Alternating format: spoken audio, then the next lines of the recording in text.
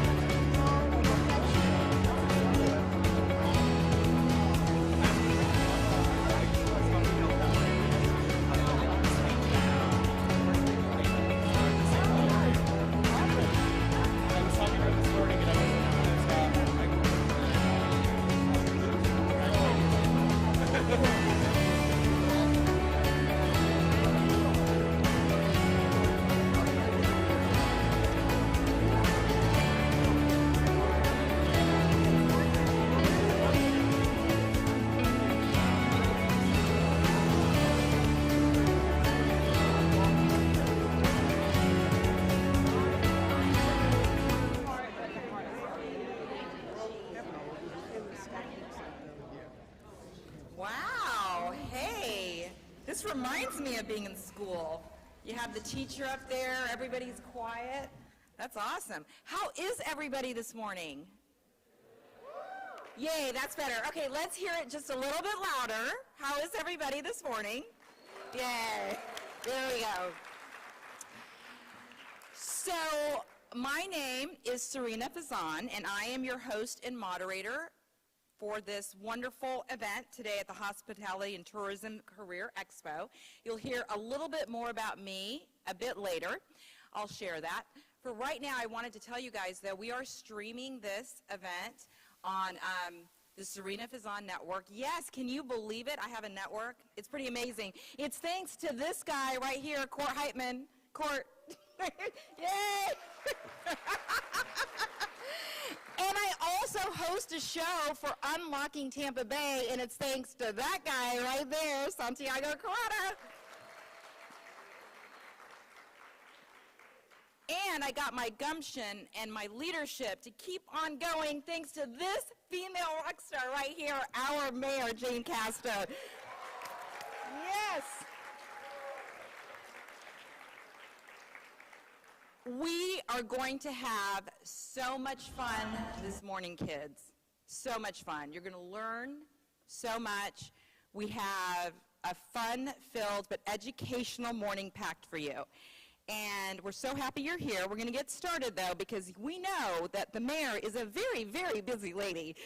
Isn't she? The first female police chief as well. But I met you as a major, right? Mayor, if you could kick us off today.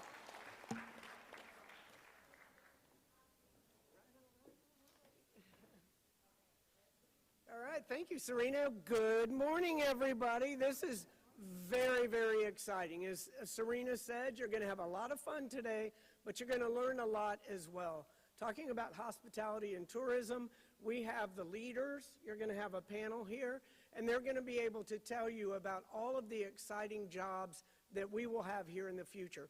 As many of you know, Tampa is on fire right now, not literally, or our entire fire department would be out there, but figuratively, we are the third fastest growing in the nation. We were named the #1 emerging tech city by Forbes magazine, top 10 for culinary and restaurants. So this is an exciting time to be starting. Each of you are the future of our city. And as Serena mentioned, I was a police chief, so you guys are allowed to leave the city of Tampa if you want to go to college and come back. We have great colleges here, so you can stay here. But you have to come back and live in Tampa because you are the future of this great, great city. And I couldn't be more proud to be standing before you as the leader. Now, I believe that hospitality and tourism is a great, great profession. It's a great place to make a life, very, very positive. You get to talk about and sell this wonderful city that we live in. You can work in restaurants. You can start your own restaurant, manage hotels. I mean, the opportunities are endless. But we were all discussing earlier, it's a great way to start out, too, a first job. You know, if you are a server in a restaurant, I worked in restaurants when I was young, and you really learn a lot of life skills. You learn organization, you learn dispute resolution, you learn how to handle different personalities, and on top of that, you make a lot of money. So that's a great bonus right there. But you guys are going to hear a lot of good things today. You're going to, I hope, that everybody leaves, or most of you leave here today with a job offering. How wonderful would that be? And I wouldn't be a good mayor if I didn't mention the city of Tampa. We have hundreds of jobs, summer jobs, that we are providing, and we're paying $15 an hour. And those, yes. And those jobs are in all kinds of areas throughout our city, and we have so many jobs in the city that people don't think of. We have 4,600 employees in the city of Tampa. We have scientists, we have architects, we have lawyers, we have solid waste, we have water, I mean, we have it all. Communications, I know that there's a group from Blake that is filming this today, so all kinds of opportunities with the city of Tampa as well, and you get to be part of a great family. One thing we really need are lifeguards, and we will teach you, train you, certify you, and $15 an hour, and you get to hang out in the pool for the summer. That sounds like the coolest job I can imagine. I'm thinking about applying for it myself. But I wish you guys all the best of luck. Remember, you are the future of our city, and please take every opportunity to go outside your comfort zone. Push yourself out into those areas that you don't feel comfortable in, and make sure that you learn and you grow each and every day. I wish you all the best, and I want each of you to know that I'm in your corner, I'm supporting you, and I'm here to help you in any way that I can. God bless.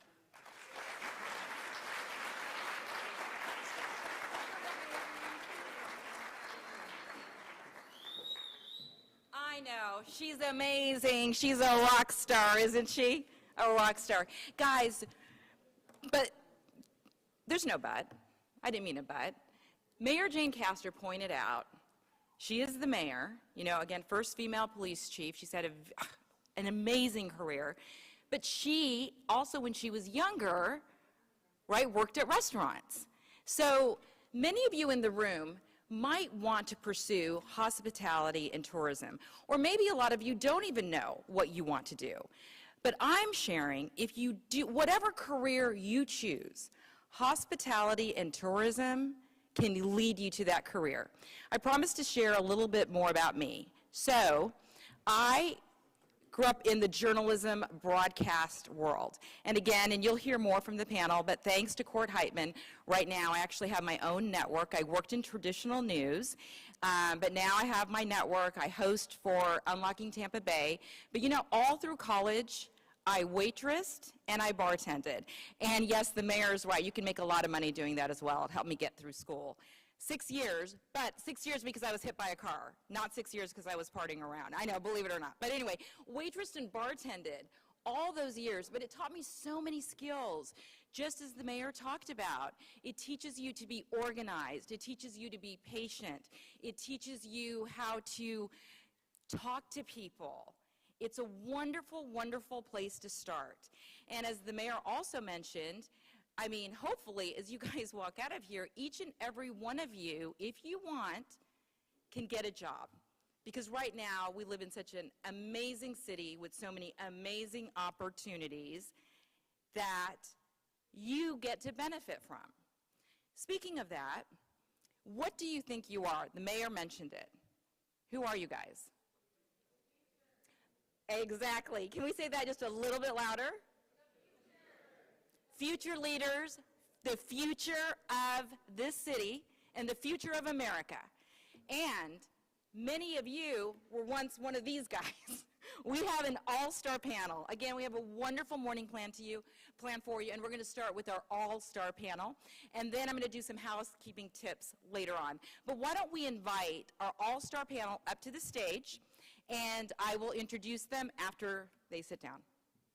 Gentlemen and one lady today. Yay.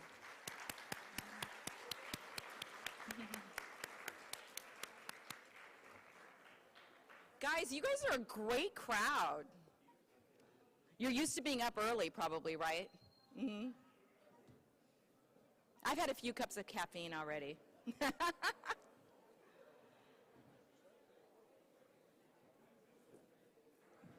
Wow, this is so great having you guys here. So I wanted to let our all-star panel know, when you do speak into the microphone, to please just turn it on. I have been told by the wonderful audio crew here that it's very easy to do.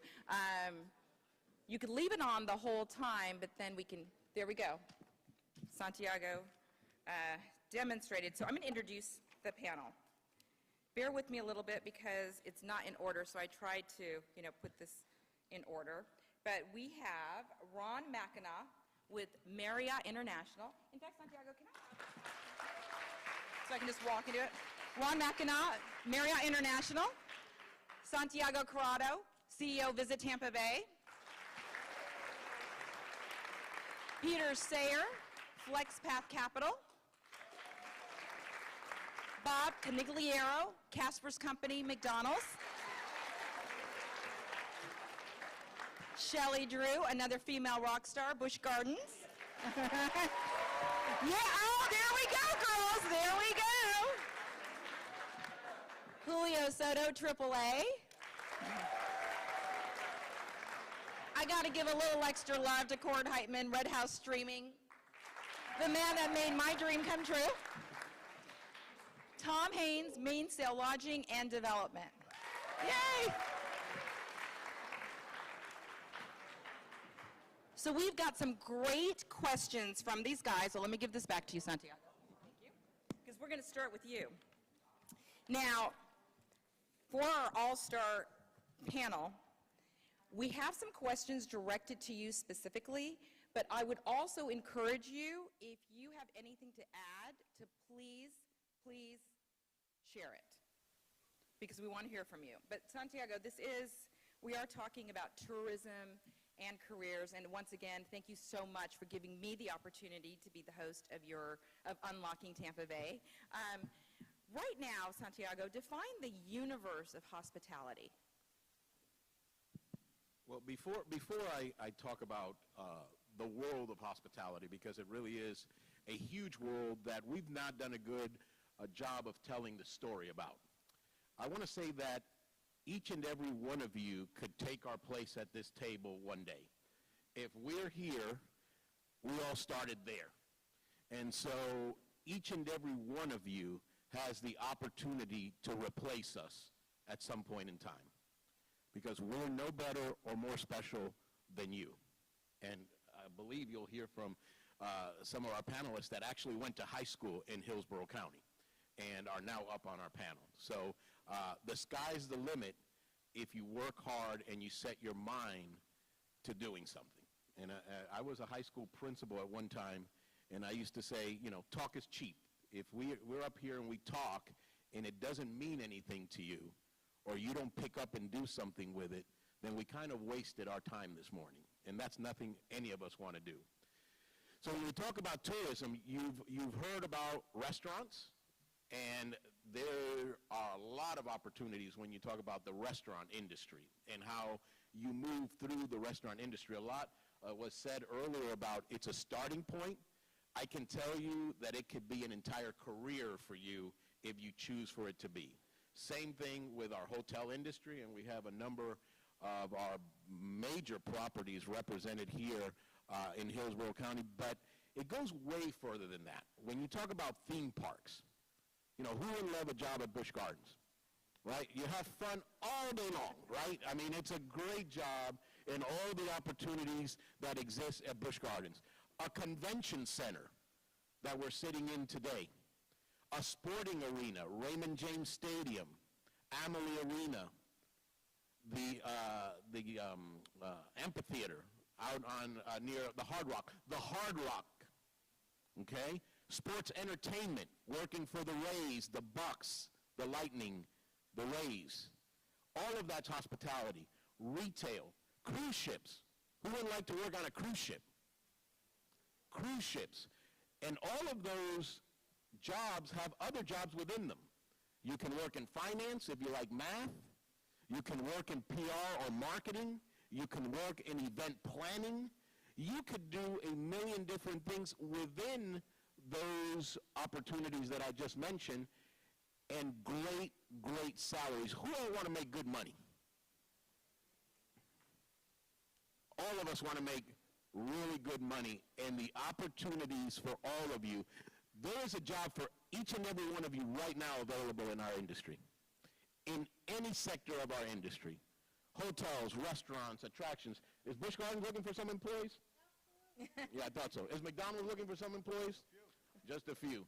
Marriott, Mainsail, each and every one of us looking for employees. So there's an opportunity for each and every one of you right out of high school to find a job. We don't want the mayor stealing all the jobs. We're all standing there and saying, oh my gosh, we can't compete with lifeguards. She's offering lifeguard positions. You can, hey, Adventure Island. So you can do it all in our industry, and there's so much opportunity, and be open to opportunities, and really, really make sure that your parents understand, because your parents want the best for you. Make sure that your parents understand that there are great careers in hospitality, that there is great upward mobility, that you will make good money in our industry. And the positive thing about it is you're going to make good money being young. You won't have to grow old like me to make good money. You can make good money being young. And so that's very, very positive. So again, there is a whole universe. I've probably missed opportunities, but those are just some that are in our industry within the certain things we work in. AV, thank you. Broadcast, entertainment. Streaming, right now, streaming is a big part of our industry. Look at all the folks behind cameras and the technology that's available. So if you like tech, you can be a part of an industry that now streams and does podcasts and does social media, all marketing and selling a place we all love. We all love Tampa. Everyone's coming to Tampa. Tampa is hot. For the last 2 years, Tampa's been the #1 travel destination in the United States by hotel occupancy. We are busy because people are flocking here. They love Tampa, and you should love Tampa. And like the mayor said, you know, make it a better place. So, Serena, it's a universe out there in the hospitality tourism industry. Absolutely, a universe. And, you know, Court, I'd like you to expand on that because, as we talked about earlier, right, like I'm a journalist. Expand on what you were talking about during Santiago's opening. Yeah, I mean, audiovisual, think about all of the opportunities that you have behind the scenes, whether it's engineering, whether it's IT, whether it's audio or visual technologies, right? Streaming is probably the fastest growing technology in the world right now, globally. You all have devices.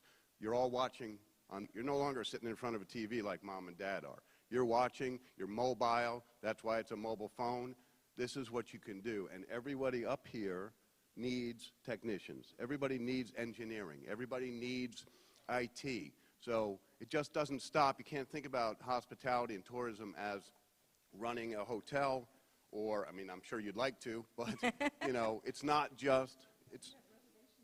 You have POS, I'm sorry. No, go for it. You have reservation systems, you have POS. We've got digital menu boards out there that we need technicians, we need folks that can gravitate to those things. I know digital displays, all of those things. So, you know, they're spot on. When they talk about the hospitality field, it's endless opportunities.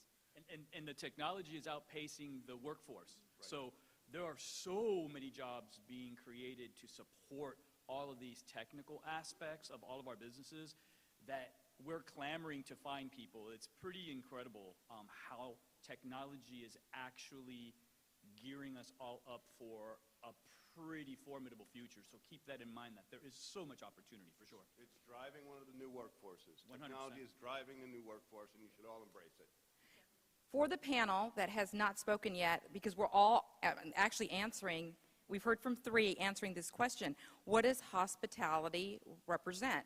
So Ron, why don't we start with you on that question, and then we'll go to the panel members we have not heard from yet. Great. So for us in the hotel industry, first of all, I've heard a lot of offers of jobs with Busch Gardens and lifeguards, but we have some jobs with air conditioning in the summer, so if you're looking for that. I know I enjoy it in the summer, at least. You know, for us, hospitality really represents the opportunity to open our doors and show everybody what a great market we have and have fun. I mean, if you look across this panel, I don't think any of our jobs lack the fun factor. And you want to have a job you enjoy, right? And with Marriott hotels, we look at it this way. You get your foot in the door in any job, and then you can grow it from there into any one of the different disciplines. Because we always, hospitality sometimes has it says Santiago and Bob Morrison and I always talk, we don't do the best job of promoting what other jobs we have, because sometimes people just think of hospitality as the restaurant server, which is a great job. I think half the table may have started at that point in their career.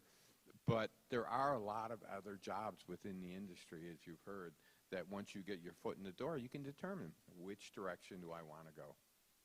Absolutely. So Peter, why don't you answer that? What does hospitality represent? Sure. Good morning, everybody. I'm your non-traditional panelist. I think I'm the entrepreneur, although I would say that Kurt is certainly an entrepreneur as well. Look, there are two things that you guys control, attitude and effort.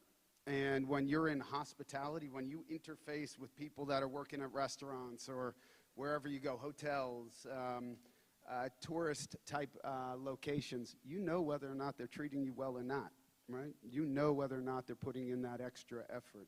That's what you guys control. Today, 28 years after I graduated high school, I'm sitting up here with some of the largest brands in America, really the globe, and they're saying, we want to give you jobs. Show up.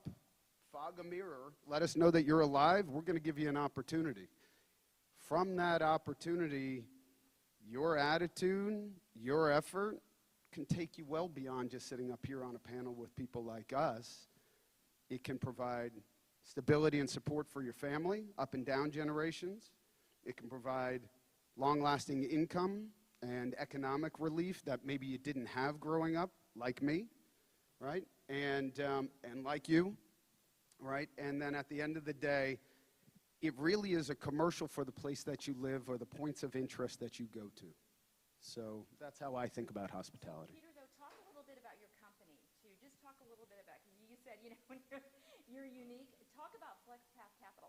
Talk about, I was just saying, Peter, please share Flexpath Capital and what his company is about.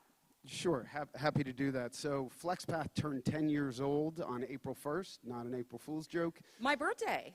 Happy birthday. Thank you. And we get a clap. That's good, good. Good job, guys. They're embarrassed. Flexpath Capital, look, Flexpath Capital was an opening door into auto and technology. I work with thousands of independent used car dealers around the country, and I provide them money to put inventory on their lots. Not super exciting. However, I get to compete with the largest banks in the world because we focused on our technology, our workflows, you know, all the things that fancy people talk about, and we're doing really well. That also opened the door for two other companies that I founded, invested in. One is in real estate, one is big data. We talk about location-based analytics. When you go into a McDonald's, when you visit Tampa Bay and any one of the locations Santiago is concerned with, we can measure who's going there. We can measure how long they stay, what their demographics are, what their interests are. So when I think about tourism as it relates to, in this case, the company's name is Driveline, I say if you care about any geolocation anywhere in the United States and you can point and click, I can give you information. We're taking in 6 billion observations a day. Look at those eyes. 6 billion observations. Yes, girl. Yeah, it's a big number. It's almost a wacky number, right? 3 trillion observations since the beginning of last year. There is so much opportunity for you if you like tech, if you like money, if you like finance, to come in and pitch a guy like Bob and say, here, this is a neat little piece of tech. Let me tell you how it can affect your business. You know who's going to listen? That guy. And you know what he's going to do? Because it's his job, he's going to figure out a way to get you into his business, provide you with all the structure and support that you're looking for, and allow you to be entrepreneurial within a structured environment where you can take risk and fail and still come out the other side with support and somebody that's pushing you forward. Wonderful. Bob, before you answer the question, I just want to point out again, because Santiago said, share this with your parents. Talk to the people that you look up to. You can share what's going on right now. If you look up my name, Serena Fazan, or Red House Streaming, the easiest way would probably be Facebook, and you'll be able to find the video later on. But if you wanted to share it live right now, we would encourage you to do so. Bob, we want to hear from you. Oh my gosh, we haven't heard from you yet. And Tom, I haven't forgotten you at the very end. All right, Bob. So what does hospitality represent was the original question, and for me, it's been my life. And it has been I have been able to understand the size and the scope of hospitality and what it means to all of you, and especially to me, because my job description is deep and wide. I do a lot of things. We have 4,000 employees at Casper's company. We own 60 McDonald's restaurants and the Oxford Exchange, everything in it, and a couple of other restaurants and other businesses. And the net of everything that we do, from handing that little princess her Happy Meal to your McFlurry to whatever it is, all has a net result. Happiness, a smile. All the community events that we do, the speaking to you in your classroom when I go out there, the net is happiness. We generate happiness. That's what hospitality means to me. And happiness isn't that what you all pursue out there? It's in the Declaration of Independence when we talk about inalienable rights. Life, liberty, and the happiness. Yeah, you all know it. Well, how the hell do you pursue it, and how do you know when you catch it? Well, you don't get it. Happiness isn't something like a big wad of money in your pocket or a car or a house. You give it, and it comes back to you large, comes back to you big. When you deliver happiness, you cannot prevent it from coming back to you. That's what this industry does. At McDonald's, we have a number. 1 in 8 adults in this country have worked at McDonald's. All right, grown-ups in the room, raise your hand. Look, turn around, look. Wow. The numbers bear out based on the adults in this room, not the students. All right. I would think 1 in 3 adults have worked in the hospitality industry. So we are not only a platform to all of this that you see up here, we're a waypoint to greatness. Santiago said it, that we're just warming up these seats for you. And we don't see high school kids in front of us. We see what we've seen over and over and over again. A vice president of operations sitting up there, our next president, our next IT VP, and so forth down the line.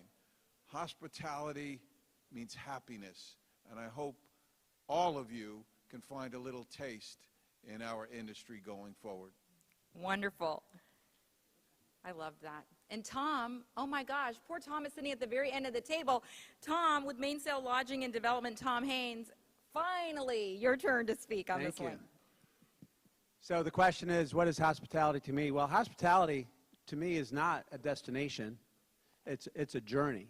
Ron, what was your first job in the hospitality business? Technically a dishwasher. Bob, what was your first job? Hospitality industry? Yep. I clean toilets and urinals. Clean toilets. My Okay, first and job in the urinals. business was a dishwasher. And I worked in a restaurant in the kitchen, and there was just something about the energy. And so once I mastered being the dishwasher, I wanted to learn to cook. So the chef taught me to cook. And then I thought, well, I wonder what happens on the other side of this wall. So I became a waiter.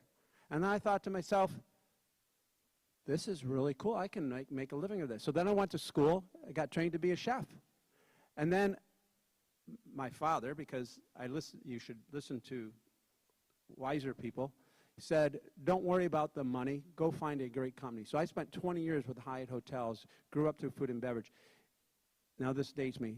In nearly 40 years of being in the business, I've had probably 18 different jobs.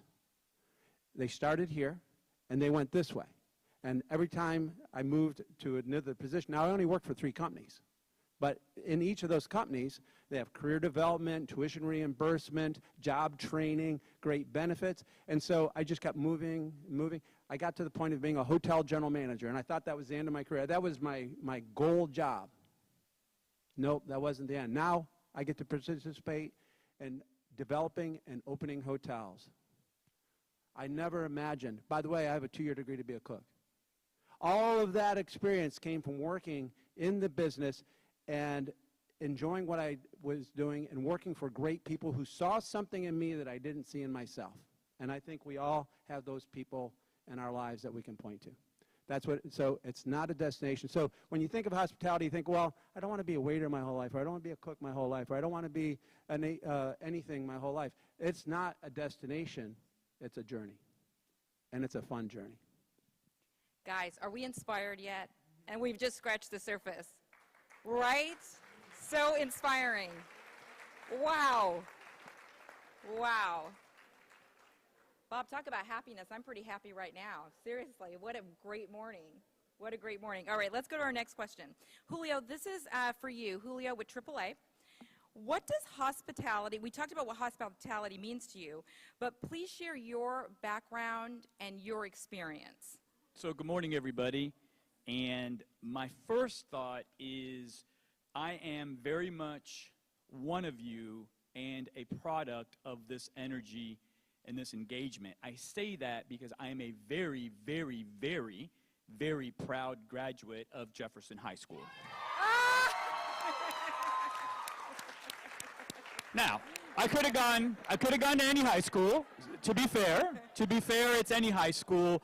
But the reason that I say that is I sat in your seat not too long ago, and the idea behind working for a company like AAA has afforded me an opportunity to see the world. I can tell you that I've visited 80 countries, and I would have never, ever in a million years been able to have given myself that education and that opportunity had I not really immersed myself in the world of travel and hospitality. It has changed who I am. It has changed my life.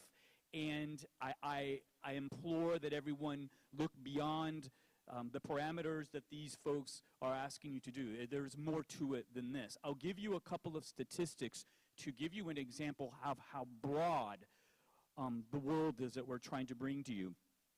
First of all, the company that I work for, AAA, 1 in 4 Americans is a AAA member. Think about that. 1 in 4 Americans are part of our organization. That in itself is an incredible accomplishment. Second of all, the tourism business brings so much money to the global economy. My favorite part of travel, by the way, is cruising. Who here has taken a cruise? Raise your hand. See? Awesome. By the way, in 2019, listen to these numbers. In 2019, the global impact of cruising, I picked cruising because we have cruise ships that leave out of Tampa.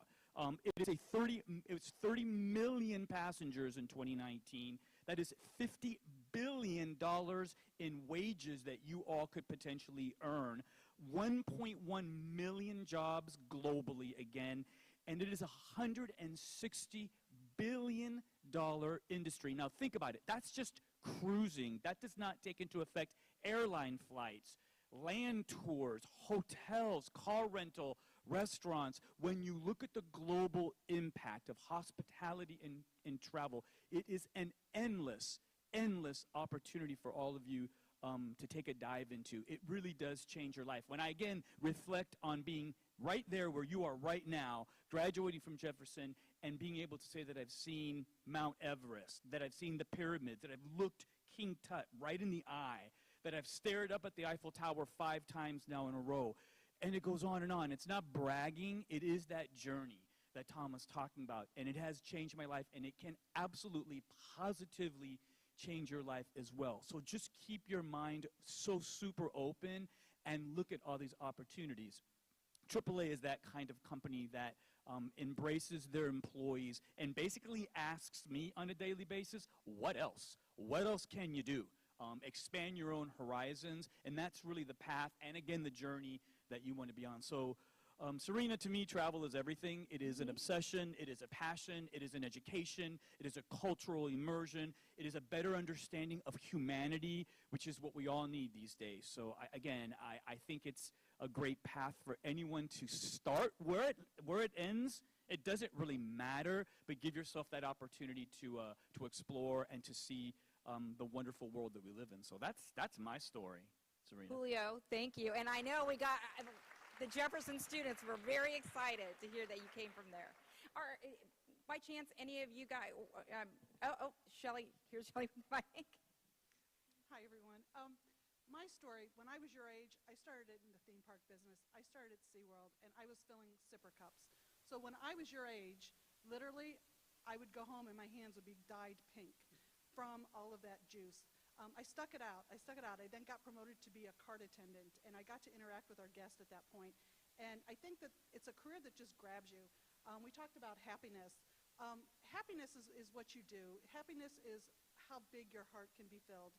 And, you know, being in the theme park industry, it's always the opportunity. People come to the parks because they want to have a great time. They want to have a great experience. They go on vacation because that's something that they want to do as a family, or they want to do it with their friends. It's our job in this industry to make the most of that. People come because they want to have a great time, and it's our job to really embrace that and make sure that they leave with that same experience. So just growing up in the industry, that's what really grabbed me, was being able to make someone's life happy, making them leave the park for the day and say, wow, that was a memory of a lifetime. And that's truly what hospitality is about. It's about creating memories for people and for guests and for families. And having that opportunity and getting your foot in the door on the ground level, I will tell you there's no better way to do it. I've had the opportunity to travel through working in the theme park industry. I lived in Japan for 9 months, opening up Universal Studios Japan. I got to open the Wizarding World of Harry Potter. I moved to Busch Gardens because I had this other great opportunity to then come and be a part of this amazing company as well. So there are so many things out there. So hospitality, I will tell you, is a fabulous career to get into. Thank you, Shelley. And, you know, I want to turn it back. Thank you, Shelley. Tom, I want to turn this question to you. And you talked about some of it already on why hospitality. Certainly, you know, we've had to pivot. I mean, Santiago has seen that, tourism, we've all seen it. What keeps you passionate about your industry? Well, I sum it up in a simple phrase. I've never had to work a day in my life. That is something that happy old people say, that chose the right career, and I wish for you that you get to one day say that to yourself. And what I mean by that is, if you enjoy what you do, we spend most of our life working. You wake up in the morning. I get excited every single day. I'm as excited today as I was in my first job working inside of a hotel. A 1,220-room hotel, 30 stories. I couldn't wait to go to work every day. I feel that same way today. And so, and we've all said it, my job at its basic fundamental is to make people happy, to bring a smile to people's face, and not to downplay other industries, because most industries are in the service industry, whether you're a doctor or a lawyer or a nurse or whatever. They're all great industries. Thank God we have all those people. But I want to be where happy people are. I want to be where people are going on vacation or going for a family meal and to be together. That excites people. And everybody says there's nothing like a meal to bring people together. You can bring complete strangers together, put them at a table, put food in front of them. The next thing you know, they're finding out what they have in common. There's just something really special about that. So the other thing I'd like to say about that is, regardless of what career, I'm hoping there's a lot of engineers and doctors and such in the room. I think it should be a prerequisite for any of those careers that you should have to work in the hospitality industry. I have some doctors that have a really bad bedside manners, that don't know how to relate to people. I can always tell my doctors that did work in hospitality. I'll usually ask, did you work in hospitality? Yeah, I used to work in McDonald's, or I worked in a hotel. I can tell that because they went to school for 6 years, but they still have to relate to people and understand how to connect with people. So whether you're going to make it your career, it's a great way. You should be working in hospitality while you're going to school, while you're figuring out what your career is going to be. But as you've heard from all of us, we're just having fun. Again, so inspiring. Inspiring is the word, definitely, right, guys, that comes to mind. I want to, the next question, for any of you to answer, what does an entry-level job look like in your organizations? Go quick since I have the microphone.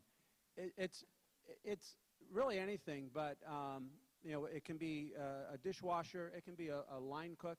I can tell you today, because the need for employees is so great, you might get a job greater than you even thought you were going to get, because we have to train people today. So we're not necessarily looking for people with experience. Experience is great, but, and someone else mentioned it, you show up with an attitude, a positive attitude and a smile on your face, but working at a front desk, working at a theme park, ride attendant, really any of those positions. But the advice I'd give you is master that job and go look for the next one in that organization. Don't get stagnant. Look for the next opportunity. Say, oh, I want to do that, and then go do that. Cord, I think you should definitely answer that question, Yeah, too. it's, you guys, we're all talking about the same language, but I mean, the famous Lou Holtz said, attitude, you first have your ability, right, God-given ability. Then you've got your motivation, and then you've got your attitude. And it takes all three to succeed in anything you want. I started, we were just talking about it, as a busboy. Then I actually went back and started washing dishes, and then I went to a line cook. And then I had to go to, graduate high school and said, okay, what do I do now? My father was an engineer. So I think that you should not have a preconceived notion of what an entry-level job is, okay? As Tom said, entry-level jobs right now, there are many of them, and you may accelerate faster than you ever thought. So being a busboy, being again, a dishwasher, in my case, our jobs are, you come work at the warehouse, you actually clean cases, then you start checking out equipment, you start checking in equipment, you start engineering equipment, and then eventually you work your way up to going out and operating that equipment at a sporting event or an entertainment event, or like these guys back here, being camera operators, audio engineers, video engineers, and so forth. So entry-level jobs are really what you want to make them. Bob, your hand shot right up, so why don't you answer that question, too? Yeah, it's these guys, everybody on this panel are so spot on what they talk about. Here's something I'm going to guarantee to every student out there. You're going to start at an entry level somewhere. Don't know where it's going to be. We all are hopeful that it's with one of us, but it's going to be an entry-level job to launch you into something. The president of my company now was the grill guy at 14 years old out at the Oldsmar McDonald's restaurant. Blake Casper and his sister Allison, they had to learn how to scrub the toilets, change air conditioning filters, scrub floors, just like anyone else in our company. You start at the entry level, and it becomes whatever you want it to be. You know, what you achieve is directly proportionate to the effort that you put in. Don't be overly concerned about what the person to your left or right is doing. You be concerned about how well you do what you do.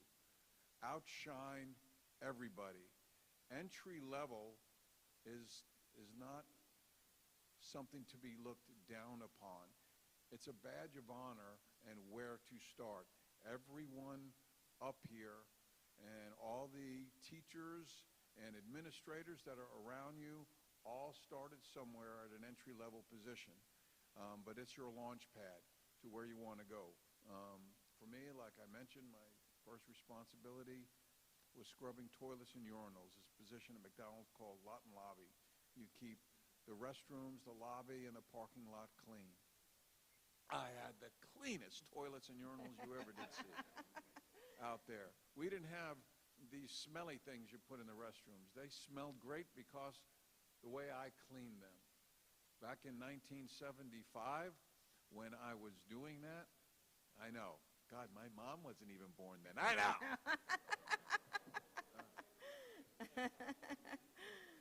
Yeah. We had ashtrays on the table. Smoking was allowed in the restaurants. I didn't just dump the ashtray and put it back on the table. I polished it. And I didn't just put it on the table. I centered it perfectly in between the salt and pepper shaker. And I got noticed. And there's something in the industry, in all industries, it's like a natural law. What natural law is this? Gravity. You can't get away with it. Well, in our industry and most industries, there's business gravity. That is, you do a great job, you're going to get noticed. And doors start flailing open for you. and you start moving up.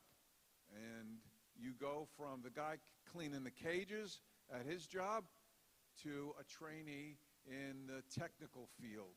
And for us, you go from running a position in the restaurant to running an area in the restaurant.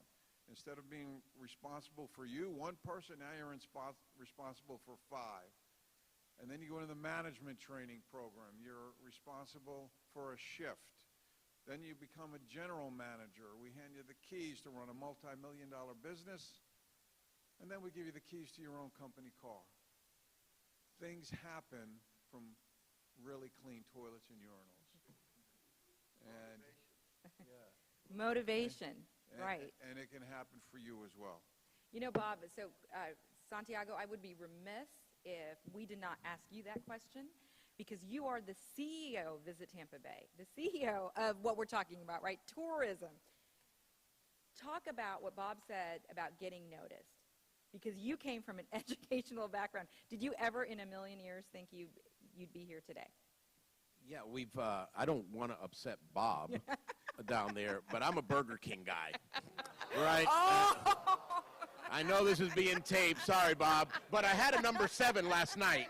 I had a 2-cheeseburger, large Diet Coke last night, and it brought happiness to me while I was in the drive-thru. You know, there's something to be said. God, I don't want to start a Burger King McDonald's, or I really don't.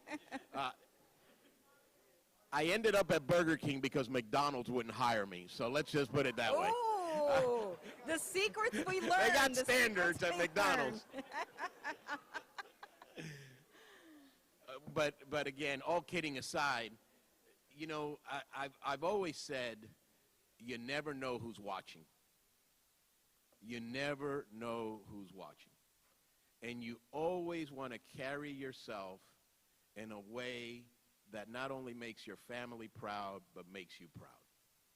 You want to always be on that best behavior. Because, as Serena mentioned, I have had, you know, somebody said 18 jobs. I've had probably 18 careers. And it had to do with who was watching. Somebody said down there, who saw something in you that you didn't know about yourself? That's very, very important, especially with the technology we have today. Be careful with social media. Be careful with social media. It doesn't go away. When we were kids, we could do stuff and maybe somebody would forget, because that's how it works. You did something back then when you were in high school. God knows some of the things I did. That's why McDonald's wouldn't hire me and Burger King did. But there was no social media and there was no fingerprint. We didn't have cell phones. We didn't have camera phones. And you all have this great technology in your hands. He can follow you around based on your cell phone. He knows what you like. Your cell phone is a fingerprint of you. Have you ever wondered how you get these bings from Instagram or TikTok about something you're interested in? Because the technology is following you. So behave in a way that will make you proud and will make people around you proud. I went from working at a barbecue restaurant, bussing tables, washing dishes, to Burger King doing the Whopper line, to being a school teacher, a middle school principal, a high school principal, director of Parks and Rec for a city. I've worked for 3 mayors. I've run this convention center, and I'm the president and CEO of Visit Tampa Bay, and I'm no better than any one of you. But I behave in a way that makes me proud and makes my family proud. And I treat other people the way I want to be treated. And that is critically important. No textbook will teach you that. No textbook that you are looking at in high school will teach you to treat people the way you want to be treated and to behave in a way that will make you proud. And you will be noticed. I can guarantee you will be noticed. And somebody will offer you a promotion, someone will give you a job, somebody will mentor you, somebody will watch over you. And that's a fact. I'm a living proof of the fact. And there have been so many great, great tips at this table today. Be open-minded. Be open-minded. When I was putting Whoppers on the grill line, I never thought I'd be on a panel at the Tampa Convention Center talking to all of you. Not in my wildest dreams. Different city, Burger King, Whopper line. Tampa Convention Center, president of Visit Tampa Bay talking to you. So think about that. That journey, the hard work, we're like you can do it. We want you. Think about this. Jobs that are fun, that you can make great money, and we all want you. Think about that. I think there's a line in Hamilton, you know, it happened while we were in the room, or whatever that line is. I'm not really good at it, right? It's happening while we're in the room. There's all these opportunities for you, and it's great paying, fun career jobs, and we all want you. I'd love to be in a room like that. I'd love to be in a room where I'm being offered career, prosperity, fun, and I'm wanted. Think about that. We want you.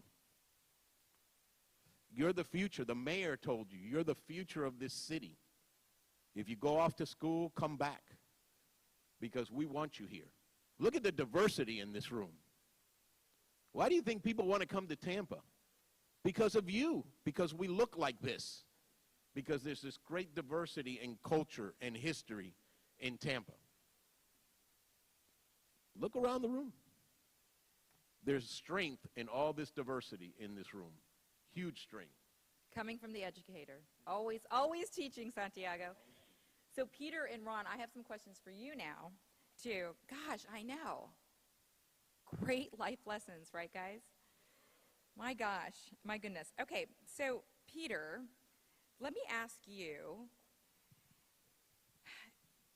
how in your industry specifically, because, you know, as you said, you are unique here, Court 2, I would say. What is your, how does entrepreneurship relate to hospitality and tourism in your industry?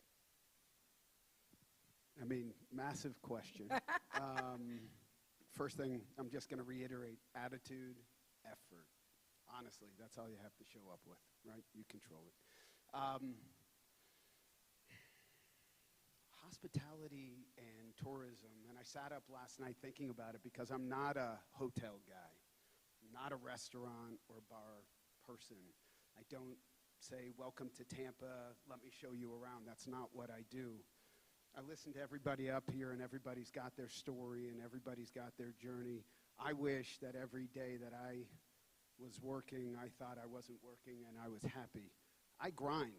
That's how I do it, right? You know, an entry-level position in my companies, you come in and you grind, and we pay you a lot for it. And if you don't do well, you're gone, right? And I think that's a fair handshake, right? It's, I'm going to treat you with respect, you treat me with respect. Where that breaks, move on to the next, right? So when I think about hospitality or tourism or any of that as it relates to any one of my businesses, the real estate business, I own car washes. You want to talk about experience? When you guys have your own car, if you have your own car, right? You want it to look fresh. You want the wheels to look shiny, right? You know, it's Friday night. You want to do your thing. How you look, how you present yourself to your social network, that's no different than how you run a car wash. It's, if you come into my car wash, you want to have good service. You want your car to be clean. And we want you to come back. If we don't provide those things for you, you don't come back, my revenue goes down, and my operator's in trouble. So How do I think about hospitality and tourism? It's everything. It's absolutely everything. From me selling to a auto dealer, right? Selling money to an auto dealer, not a hard sale. Getting people to, move their cars through my car washes, all of that, it all has to do with interacting with people. It all has to do with providing them with the good experiences as it relates to you and or the product that you're putting in front of them. So I'm not going to quote Hamilton or anything fancy like that. I don't know if anybody's seen Central Intelligence here with Kevin Hart and The Rock, right? So I'm going to quote something out of that movie. It's where, Kevin Hart is in his office and The Rock is in there and he's trying to get him out and he's saying something to the effect of, are you in or are you out? And Kevin Hart's like, I'm out. And The Rock goes, well, first you got to be in before you get out, right? My guidance to you is this. We all tell you our entry-level stories about cleaning toilets and flipping burgers and all of that other stuff. That doesn't sound all that much fun to me, right? And it didn't back then either. But you have power. You really do. This isn't BS, right? You really do have power to come to these brands, to these organizations, and tell them what it is that you want. I want to be Bob Canigliaro someday. I want to be Santiago Carrata. How do I do that? And if it's, hey, you got to wash toilets, then wash the hell out of those toilets, right? And move on to the next. And you won't be in that position long. Attitude and effort, right? Natural law of gravity, all of that stuff. But most importantly, once you get in, they're going to give you training. They're going to give you exposure. They're going to give you money to learn. And if you want to get out after that, go for it. Go start your own company. Go live your dream. Go travel. Go get the training. I also want to just take a quick opportunity to thank two of my colleagues, Suzanne Matthews and Larissa Laraga, for putting on this entire event. Yes, they're in the back, guys. They're in the back. And also thank the panel for having me on here. I chair the Entrepreneurship and Education Board for Hillsborough. I have 3 kids in public schools here. Whether you come back to Tampa or not, rep your brand, right? Tampa's your home. Go out there, be the best that you can be, right? Come back, spend money here. It's going to work to your benefit and your family's benefit. Thank you so much, Peter. Rounding it back to tourism, though, Ron, let's go to you now. What are the preferred entrepreneurial skills employers are looking for in this specific industry, in your specific industry with Marriott International? Well, when you think about Marriott, it is a big company, so we're probably not viewed as the most entrepreneurial because we have a lot of structure, right? And people would think, well, if I go work at a big hotel that has all these structures and policies and practices, I don't get the opportunity to have that entrepreneurial skill or exposed. But what we provide is that opportunity for training. Because before you can be an entrepreneur, unless you want to fail a lot, which isn't a bad thing, because to be successful, you got to shoot a lot of hoops to make it in the basket. You have to really understand the business. So what we provide is that opportunity to really learn that business, pay you well for it. Is their hands. So either they're bashful or they really are happy with what their current job is. And there's nothing wrong with either decision. But if you want my job, we're here to help you get that job. You might have to move around a little bit. But as I mentioned, we have so many brands, so many hotels, you can move around now in the city and grow your career. So it's endless. It is endless, isn't it? It's a journey. So here's the next question, and Bob, we'll let you start with this one. And anyone else who would like to answer, what benefits and perks does your company provide? Yes, you. Benefits and perks, Bob. And the industry, what do you feel? What do you feel the benefits and the perks, and just, even the industry in general provides? And then I'll open up that question to the rest of the panel if anybody would like to take that question as well. Right now, it's a very aggressive battlefield out there, not just in our industry, but everyone is hiring. You can't go down the street without seeing 100 now hiring notices in and around businesses, on billboards, and so forth. So it's a very competitive marketplace out there to keep your employee levels where they need to be. How many of you, with a show of hands, have been to a restaurant or a business that had their doors locked or their hours changed because they didn't have enough help at the business? How many of you have seen that out there? Wow, look Yeah. at that number. So, what are the businesses doing to address that? They're amping up their benefit packages, and they're offering more to entice you to come in. So, and we're no different. We've had to do the same, although we feel like we've always had better benefit offerings for our employees than others in the same industry. We had to amp them up even higher. So we have benefits, and I'll talk in session 1 in detail about them, but just a few of them that did not exist 2 years ago that exists now. We now have a health plan program for entry-level employees. We have child care services for entry-level employees. We have a lift 50% off if you have transportation issues. We have bus passes and 50% off of lift codes for you to take a lift ride into work. And there's a bunch more. Salaries have all gone up, and hours have all been augmented, and it goes on and on. Like I said, in session 1, I'll talk more in detail about that. But we've all had to do different things to try and say, we're the one, come over and see me, come and look at me. That's why we're all here today as well, because we don't exist without you. And It's a great time right now, guys, for you, for your generation. It is such a wonderful time. You're more You have of a, so many opportunities. You're more of a big deal than you may know. But one thing I tell students, when you all start applying in volume and we start getting this pile of applications, we discriminate. Not by race, creed, color, gender, or religion. No, I know I got some big wide eyes when I said that. It's okay. It leads into No. another question for Shelley Drew. Business managers discriminate in this way. They are going to hire the best possible candidate that is going to make them, their company, and their business look good. How do we figure that out?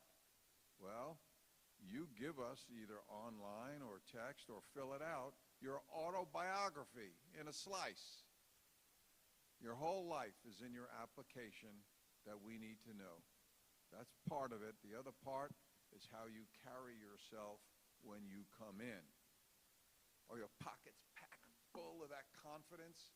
Do you stand tall? Do you have a nice firm handshake, eye contact, and a smile? You're hired. Yeah. You're hired. Yeah. You're hired. I mean, those are the things that we're looking for. And then we look down at that and we ask that question, what's your GPA?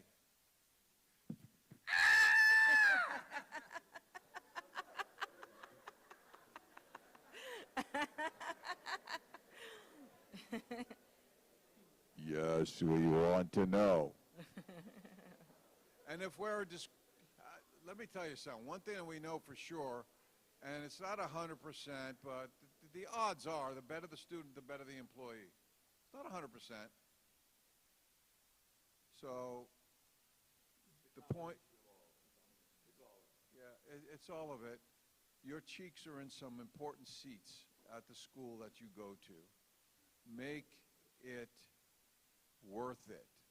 Power up your autobiography, all right? It may make the difference in whether Shelley hires you or you. I'd just like to add to that. For those of us up here, We have all interviewed thousands of people, thousands of them. And I can usually tell in the first, I say 30 seconds of an interview whether I'm going to hire that person.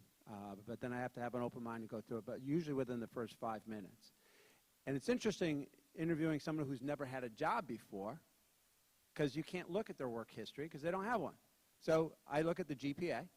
That tells me something. But it's all about the way that person projects themselves. And I always say, if I could interview your parents, I don't need to interview you because I know the values you have. That usually helps me a great deal. And hopefully you listen to your parents about all those pesky things they tell you. But it's a handshake. It's the way you look. It's the pride you put, the time you put in preparing yourself to go to that interview that tells us that you're actually into it. If you just show up and we ask you questions and you're like, what are you passionate about? What do you like to do? Nothing really. I mean, you'd be shocked how many people give that as an answer. What are your extracurricular activities? I don't have any. What do your teachers say about you? If I were to ask a teacher to describe you, they probably wouldn't have much to say. I mean, people come to an interview like that. Okay, interview's done. Next. Back to the question of benefits. In the hotel industry, one of the benefits, and the hotels we operate, a lot of them are affiliated with Marriott, like Ron, the hotel room discounts. I've been able to travel all over the world and get incredible discounts. So that's one of them. We all have these different perks. Every one of us will have something different. But in the hotel business, room discounts are a big one. And back to what's happened since COVID, I think has made us all stronger, better companies. There was a scary period 2 years ago where we didn't know what was going to happen in the world. But then as business came back and we realized we couldn't get employees to come to work, we're all great employers. We became better employers. We started looking for better benefits, better enhancements. What are we going to do to grow and train our own workforce? We've all had to think about those things. COVID was kind of a reset for us. Okay, we did this before. What are we going to do now? And you get the benefit of that. Real quick, we call it a value proposition.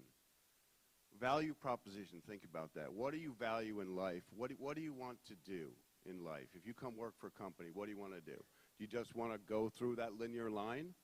Or do you want to be valued as an employee?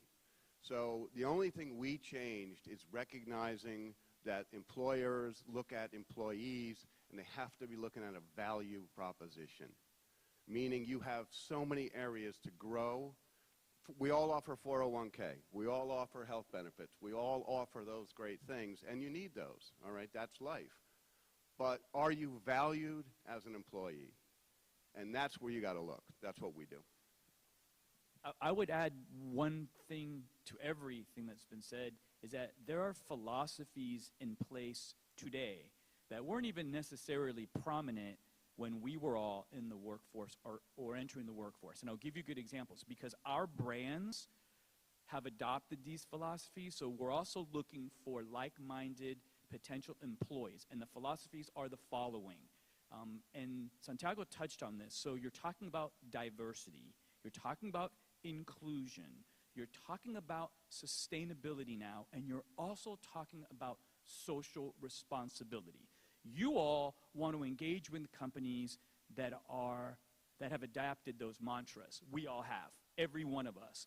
We are also looking for employees that think the same, diverse, inclusive, responsibly social, and also sustainability. If we all are talking the same language, your name bubbles up to the top of that pile as well, because those are the things that are important, not just to us as major worldwide global brands, but should be as equally important for you as well. So again, the philosophy shift is extraordinary, and all of you probably are already in that arena, but I would recommend submerging yourself in it because that's what we are also looking for as employers, for sure.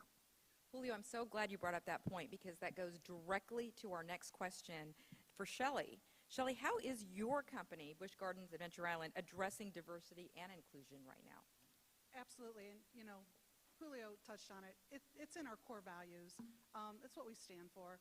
You know, we welcome everybody of all backgrounds. And when we talk about bringing everybody in from all backgrounds, think of all the different people that you get to meet. You get to meet different people from different high schools, from different colleges, from areas around the world, from our international guests. We're starting an international program as well at Busch Gardens to just really bring in that diversity of backgrounds. When you bring in diversity, you bring in inclusion. You bring in great ideas. People come with different backgrounds, with different ideas. So we constantly have ongoing discussions and conversations. Your idea isn't going to be the same as the person sitting right next to you. So it's so important that we are adding that to our core values and that we bring all of that to the table, because everyone's opinion is important and every opinion counts. You know, so I think that that's just something that's real important, not only for us as an employer, but also for you as an employee or as a team member coming to work for us. You know, we talk a lot about, you know, what we can do. You know, one of the really cool things, you know, just taking that and bringing people together, you know, you've got an opportunity. You're getting your feet in on the ground floor. A lot of companies, our company included, we offer tuition reimbursement. How many of you want to go on to college? How cool would it be if you have a job that you can go to, you can work part-time, that's also going to help you pay your tuition as you go through school? You know, so then, you know, when you graduate, you don't have those big student loan bills, right? So those are some things that, you know, that we want to offer, you know, we want to offer our team, as well as, not to mention the theme park perks. You know, you get to bring your family, your friends, and whatnot. But again, you're going to make lifetime friends when you come and you work for any of these companies. I have lifelong friends that I started with when I was 16. One of them is currently a vice president of Cedar Point in their food service industry, or their food service area. So, I mean, you know, you look at your friends, the friends that you're sitting with at your table, as you guys grow your career, it's actually pretty amazing, and you have those friends for life. So, again, it goes back to diversity and inclusion. You know, you're going to have lifelong friends whenever you start at your entry-level job, and everybody brings value and ideas, and it's important to understand those and listen to those. Shelley, thank you. Tom, you touched upon this. All of us actually have, but how, this question is open to the panel, how has the pandemic changed the opportunities available at your companies? I know you want a microphone? Who wants to? Well, the question is, how has the pandemic changed the opportunities available in your company or in the hospitality industry? I say your company because it's not directly related to hospitality, but we can start with Ron. Sure. I think the first thing that's important to all of us is pay. We're paying a lot more than we used to. The other thing Tom mentioned earlier is we've opened the doors to jobs that we used to always require previous experience in. So now, you know, the jobs that you would have not been able to walk into are open to you. That's significant, guys. So jobs that may not have been available in the past are open now. Right now, the opportunities, again, are so immense. Court, were you going to answer that question as well? How has the pandemic changed the opportunities available in your industry? I know. Help me, please. We need workers. The same thing. I'll say the same thing Ron did. Is our entry-level positions are vast, and if you want to stay in a technical career, whether it's audio, video, broadcasting, streaming, broadcasting, we are now training. We did not train before. We are taking entry-level and training, and we've had to do that because of one of the biggest things is travel, all right? And I can't compete with you know, Busch Gardens and the perks or the hotel, but I can compete with travel. We send our engineers around the globe. I've got a job, World Cup in Qatar coming up, and we're sending two folks over there. So training is in-house now. We used to have to go to college. Then you would come to us. We're taking kids right out of high school and saying, if you want to have a career, we will train you. And that's really how we've accelerated through COVID. Court, so let's continue talking about that, though. With our industry, how does technology impact this industry? I think everyone out there is impacting our industry, not technology. Well, this is technology right here, okay? Literally, you know more about, you have more power, and to, reiterate the sentiments here, be careful. This is your digital footprint. It's also a tool for you to use. How many people edit their own videos and put them on Instagram or TikTok? It's the whole room, Nope, right? that's Raise it? your Just a hands. couple? Do you guys do that? There's a lot of them there, right? There you go. Everybody does. So everyone try. So if you want a career in broadcasting and production and live event space, you're already in it. You're already doing it. So it has changed our career because we no longer have to teach you what ones and zeros are. We don't have to teach you analog. We don't have to teach you what video is. We don't have to teach you what audio is. You're already doing it. So it's a good thing for us. Just real quick, think about this. So the technology is so outpacing everything else that in the past, when somebody would ask me, what's a perk for travel? I'm like, well, we can send you on a free cruise, or we can send you all over the world on an airplane. By the time you guys are up and running, we will probably be able to send you to outer space. And that's Virgin Galactica right now. So think about it. Before, the perk was, yeah, take a cruise to the Bahamas. The perk now is, I can send you to Mars. So there you go.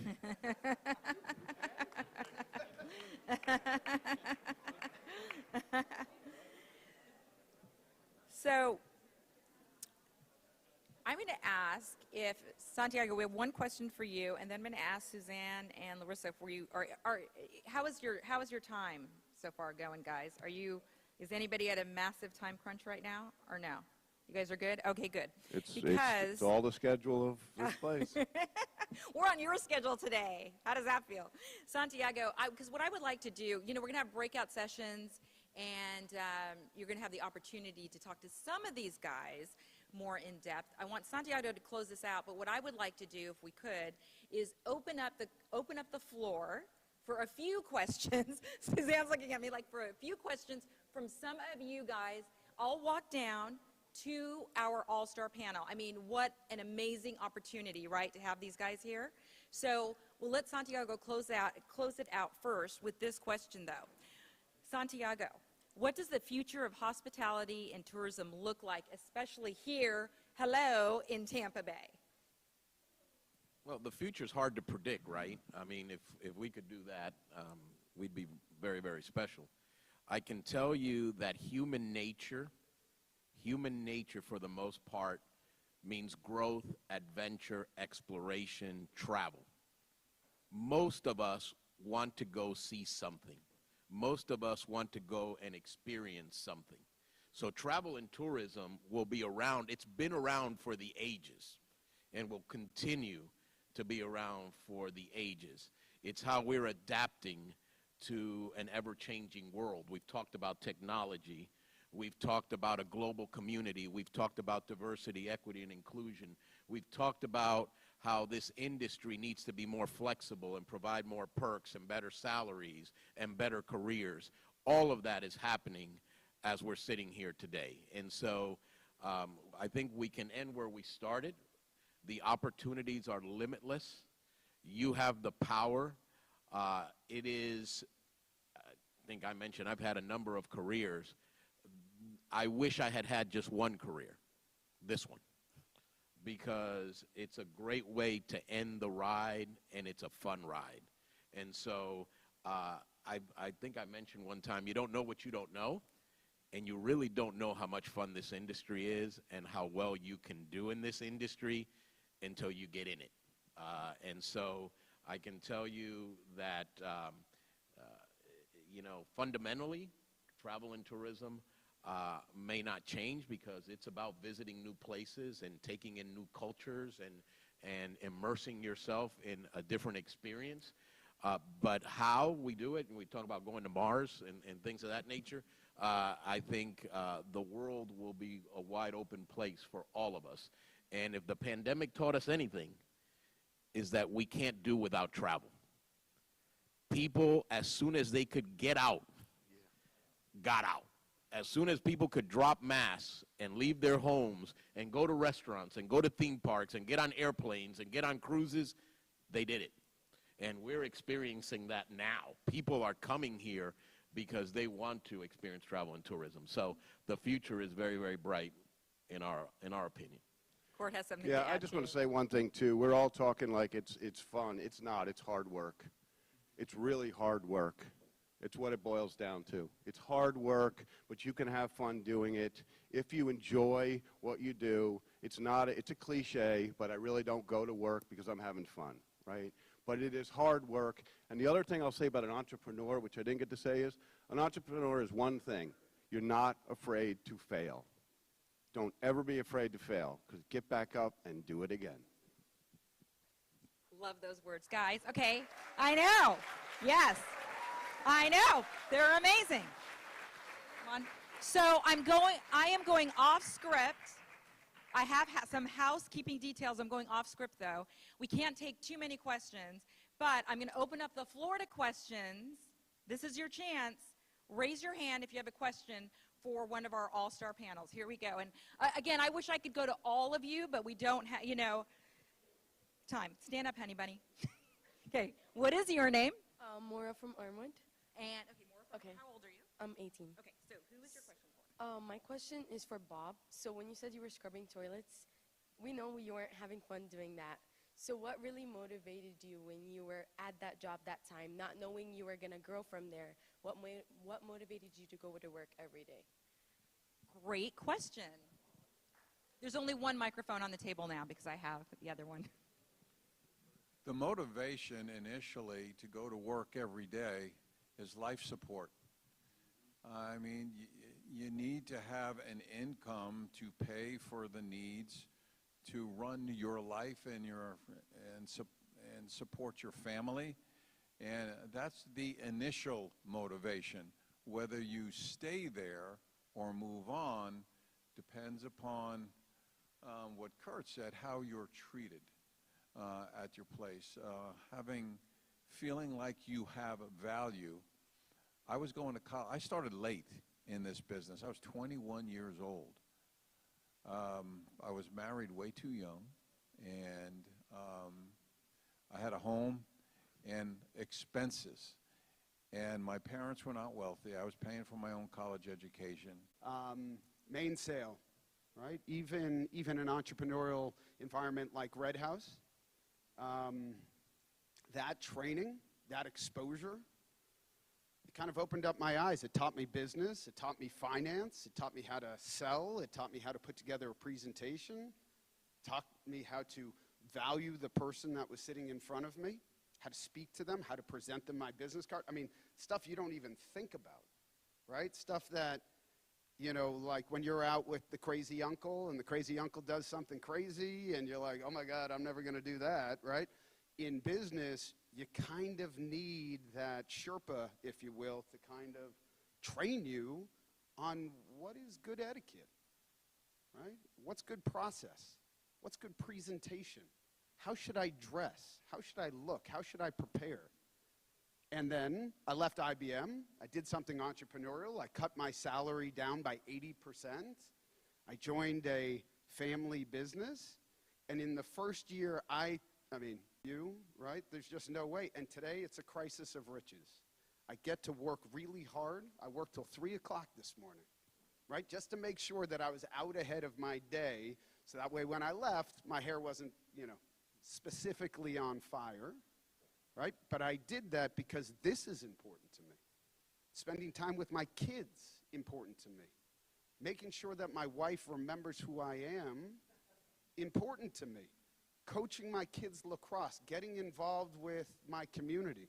I moved down here 6.5 years ago and I wanted to be anonymous. Tampa pulled me out of anonymity, got me involved, and I'm so thankful for that. So when it feels really bad, you got two choices. Literally, that's it. It's very binary. You either give up, you figure out another way, because guess what? The sun rises tomorrow. Your hair's not on fire. Your eyes aren't falling out of your head.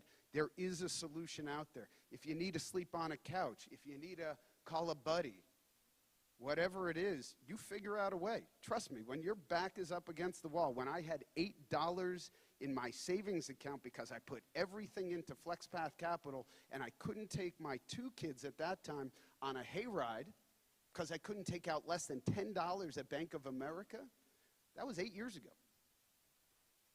Literally 8 years ago, right? I fought through it. I surrounded myself with really good men and women of diverse backgrounds, diverse experiences, people who were richer than me, people who were more experienced than me, people who had distinctly different opinions than me, and guess what? They made me successful. So that's it. You just dig in, you gird up, you got your butt kicked. All right. Next day, you get up and you go out there and you try to kick somebody's butt. That's it. Love it. All right, I have to say, you know, I said there was I know both of these guys. All right, I said there was only time for one more question, but this young man hailed me down. So did this one. So, what is your, stand up, please. Stand up, please. Stand up, please. Such words. Okay, what is your name? Jordan. Jordan, and where do you go, Jordan? And what grade are you? I go to Hillsborough, and I'm in 10th grade. Okay, so who is your question for? Santiago. Santiago. So my question is, when you didn't get hired at McDonald's, what mindset did you have to keep pushing forward? I love it, though. That is true. Sorry, Bob. I think that question is for Bob. I think that question is for Bob. You know, when you're in high school, right, and we've all been there. Somebody said high school is tough. It was tough, right? You're balancing being popular and being able to have a part-time job and still have a great GPA and do all those things. I was out looking for a job, and I applied at a bunch of different places. And after I didn't get a call back from McDonald's, I got a call back from Burger King. And I went in, and you know, there was something that was said, and I think Bob said it best, you know, about scrubbing bathrooms and the motivation to do that. I can tell you that I was a really, really good Burger King employee, and I think the manager there thought that I was doing it because I wanted to be a really good employee, but I was doing it because I had a lot of pride. And before the manager could tell me to mop the floor, I was mopping the floor because I was telling me to mop the floor. He wasn't telling me to mop the floor. I was telling myself to mop the floor. And I think that's really, really important. Sometimes you have to do things for yourself, and I think that motivation carried through to other jobs, and always doing things before somebody told me to do them and rise above the expectation. So, you know, we've all interviewed a bunch of different times for things. We've interviewed people, and we've also interviewed for a lot of different things. And, you know, failure is part of the process. You're not going to get every job. And you have to keep your chin up, and you got to go. Somebody said you kick butt the next day. Yeah, you go back out there, and you put yourself back out there, and you keep that pride and that self-esteem, and you keep swinging. And I guarantee you're going to hit one. So, of course, there's so many other kids that have questions, but we are trying to get back on schedule. But Zanaya did have one that I did. There she is, and it was not for any specific one of you guys, but it's a great question. Like, did you ever question your career, and how did you stay on course? I think, Peter, I mean, you talked about that a little bit, but how would, Tom, you'd like to answer that question? Here, let me give you the microphone. I think we've all kind of, at some point in time, you do question it. You start something and you think, is this really the thing that's going to carry me? But and we've talked about taking risks and failure. I will tell you, I got fired from one job in my life. And it was really the darkest time of my life. I thought at that moment in time, like, oh my God, I'm a failure. I had to go home and tell my wife. We had to move again. What at the moment was the darkest time in my life, now reflecting back many, many, many, many years, was the most significant part of my life. It helped define who I was and who I wanted to be and what was really important. And you learn from those lessons, so you have to have, you know, that adversity. And I questioned at that point in time, well, am I in the right business? you lose some confidence. And I did some soul searching, and I thought, nope, this is really what I want to do. And I went back out there and I kicked some butt because I wasn't going to let it bring me down. It brought me down a minute, but then you have to pull yourself back up and get back to it again. So, and I think everybody's probably had a situation like that where, but I am so thankful. The Bill Gates quote, success is a terrible teacher. I needed to have that failure to really help me identify what I needed to focus on to become better at what I was doing. Just really quickly, though, to any of you guys, I'll ask the question. If something happens and you start to lose your confidence, how do you build it back up? Your better half. You have to have somebody support you. Well, I'm not kidding. Your better half. You've got to have family support. Maybe your wife, maybe your best friend, maybe your best friend forever. You got to have a better half. Somebody that says, hey, knock it off, all right? Stop sniveling, get back out there and do it again. I would also say surround yourself with coaches and mentors. They will always be there for you, and they will give you the best advice, whether they're family or whether they're coworkers. I have a coworker in the room, Debbie, who I started with 1,000 years ago, and I'm here today because of the support that someone like Debbie has given me throughout my entire career. So when you find rocks like that, lean on them because they will help you in dark times and obviously celebrate wins in great times. But you have to surround yourself with a support group that will walk you through the process for sure. Amen. And Ron, were you going to say something just really quickly on that? Mentors. Mentors. You can't learn enough from them. Absolutely. Guys, our all-star panel.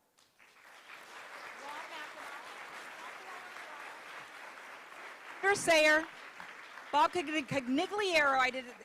Shelley Drew, Julio Soto, Court Heitman, Tom Haynes, thank you so much. Do they not deserve a standing ovation? Gentlemen, Shelley.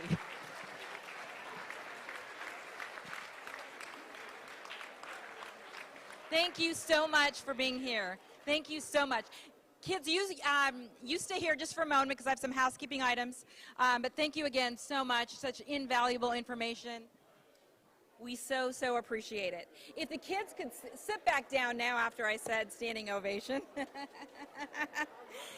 Hey, guys. They're moving around. I need the kids to sit back down, though.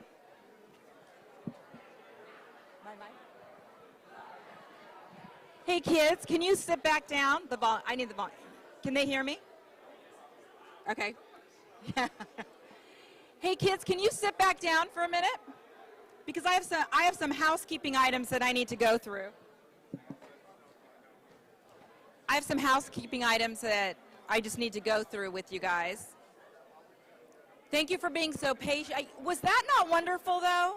Was that not fantastic? So a couple of key things for me. When Tom said, I'm not working a day in my life, that is so true.